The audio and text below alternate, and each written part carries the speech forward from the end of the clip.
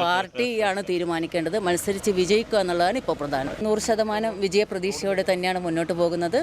കണ്ണൂർ കോർപ്പറേഷൻ്റെ 23ാമത് ഡിവിഷനായിട്ടുള്ള മുണ്ടയാടാണ് നമ്മളിപ്പോൾ ഉള്ളത്. ഈ ഒരു മുണ്ടയാട് ഡിവിഷനിൽ മത്സരിക്കുന്ന UDF സ്ഥാനാർത്ഥിക്ക് ഒരു പ്രത്യേകതയുണ്ട്. അത് മറ്റൊന്നുമല്ല, കണ്ണൂർ കോർപ്പറേഷൻ നിലവിൽ UDF ആണ് ഭരിക്കുന്നത്. UDF ഇത്തവണ പ്രതീക്ഷ വയ്ക്കുന്നുമുണ്ട്. എന്നാൽ LDF പറയുന്നത് കണ്ണൂർ കോർപ്പറേഷൻ ഭരണം തിരിച്ചു പിടിക്കുമെന്നുള്ളതാണ്.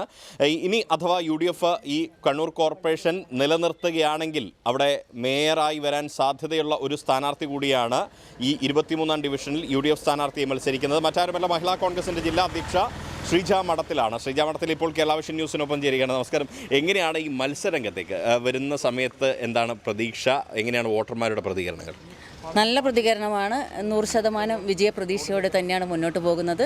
വീടുകളിൽ കയറുമ്പോൾ നല്ല രീതിയിലുള്ള പ്രതികരണം തന്നെയാണുള്ളത്. പ്രശ്നങ്ങളൊന്നുമില്ല. വിജയം സുനിശ്ചിതമാണ് എന്ന് തന്നെയാണ്. ഈ LDF നേതാക്കളുമായി സംസാരിച്ചപ്പോൾ അവർ പറയുന്നത് കണ്ണൂർ കോർപ്പറേഷൻ ഉൾപ്പെടെ കോൺഗ്രസിൻ്റെ പല സീറ്റുകളും ഉൾപ്പെടെ ഇത്തവണ അവർ പിടിക്കുന്നുള്ളതാണ്. അതിൻ്റെ ഒരു കാരണമായി അവർ പറയുന്നത് കോൺഗ്രസിനും ലീഗിനും അകത്തൊക്കെയുള്ള പരസ്പരമുള്ള പോരുണ്ട് എന്നൊക്കെയാണ് അവർ പറയുന്നത്. അതിനോട് എങ്ങനെയാണ് പ്രതികരിക്കുന്നത്? ഇല്ല, പക്ഷേ നമ്മുടെ മുണ്ടയാട് ഡിവിഷനെ സംബന്ധിച്ചെടുത്ത് അങ്ങനെയുള്ള പ്രശ്നങ്ങളോ പോരുകളോ ഒന്നുമില്ല. പല സ്ഥലങ്ങളിലൊക്കെ നമുക്ക് കാണാം വിമത സ്ഥാനാർത്ഥികളൊക്കെ നിൽക്കുന്നുണ്ടെങ്കിൽ കൂടി നമുക്ക് 23ാം ഡിവിഷനിൽ അങ്ങനെയുള്ള പ്രശ്നങ്ങളൊന്നുമില്ല. വിമത ശല്യങ്ങളോ കാര്യങ്ങളൊന്നുമില്ല. ശ്രീജ മഠത്തിൻ്റെ അടുത്തേക്ക് പോകുന്നു എന്ന് പറഞ്ഞപ്പോൾ എൻ്റെ ഒരു സുഹൃത്ത് ചോദിച്ചത് ശ്രീജ മഠത്തിൽ മേയറാകുമോ എന്നുള്ളതാണ്. എന്താണ് അതിന് ഉത്തരം? അതൊക്കെ നമ്മൾ വിജയമാണല്ലോ ആദ്യത്തെ ഇത്.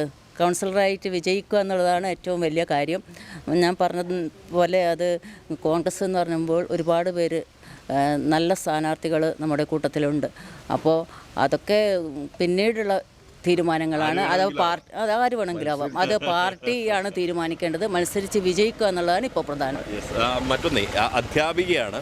സ്വാഭാവികമായിട്ടും ഈ ഒരു മേഖലയിലേക്കൊക്കെ ഇറങ്ങുന്ന സമയത്ത് ശിഷ്യന്മാരൊക്കെ ഉണ്ടോ? എങ്ങനെയാണ് അവർ എന്ത് പറയുന്നു? ടീച്ചറോട് എന്താ പറയുന്നത്? ഇഷ്ടംപോലെ കുട്ടികളുണ്ട്. അവരും പ്രചരണത്തിന് വേണ്ടി വരാൻ റെഡിയാണ്. പല വീടുകളിലും പോകുമ്പോൾ ഞാൻ പഠിപ്പിച്ച കുട്ടികളുണ്ട്.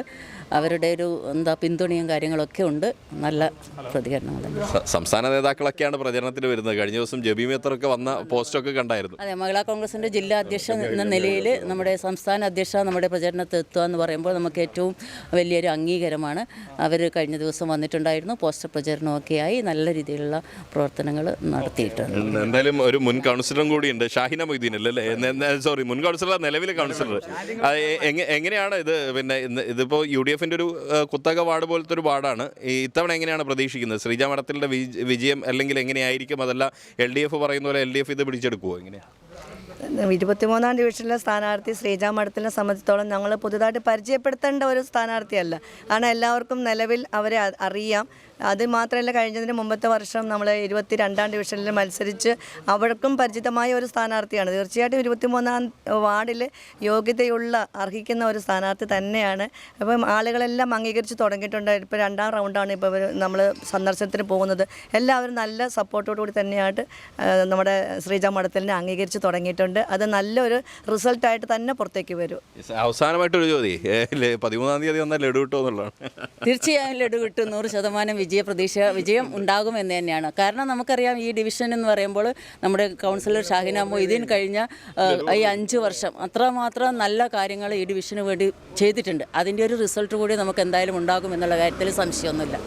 ആത്മവിശ്വാസം രക്ഷിക്കട്ടെ, 13ാം തീയതി ലഡു ഇട്ടട്ടെ എന്ന് മാത്രമാണ് ഇപ്പോൾ ആശംസിക്കുന്നത്. എന്തായാലും വലിയ വിജയപ്രതീക്ഷയാണ് ശ്രീജ മഠത്തിൽ ഇവിടെ ഈ വാർഡിൽ വയ്ക്കുന്നത്. മാത്രമല്ല, കോർപ്പറേഷൻ മേയറാകും എന്ന ചോദ്യത്തിന് വളരെ ബുദ്ധിപൂർവ്വമാണ് അവർ പ്രതികരിച്ചത്. ഈ ഒരു മേയറാവാൻ വേണ്ടി കോൺഗ്രസിനകത്ത് ഒരുപാട് അർഹതയുള്ള സ്ഥാനാർത്ഥികൾ ഉണ്ടാകും എന്നുള്ളത് തന്നെയാണ്. എന്തായാലും 13-ന് അവരുടെ പ്രതീക്ഷ പോലെ ലഡു കഴിക്കാൻ ഇവരുടെ സഹപ്രവർത്തകർക്കും കഴിയട്ടെ എന്ന് മാത്രം ആശംസിക്കുകയാണ്. ക്യാമറ പേഴ്സൺ അരുൺ മുഴക്കുന്നതിനൊപ്പം Riyas KMR, Kerala vision news, Kannur.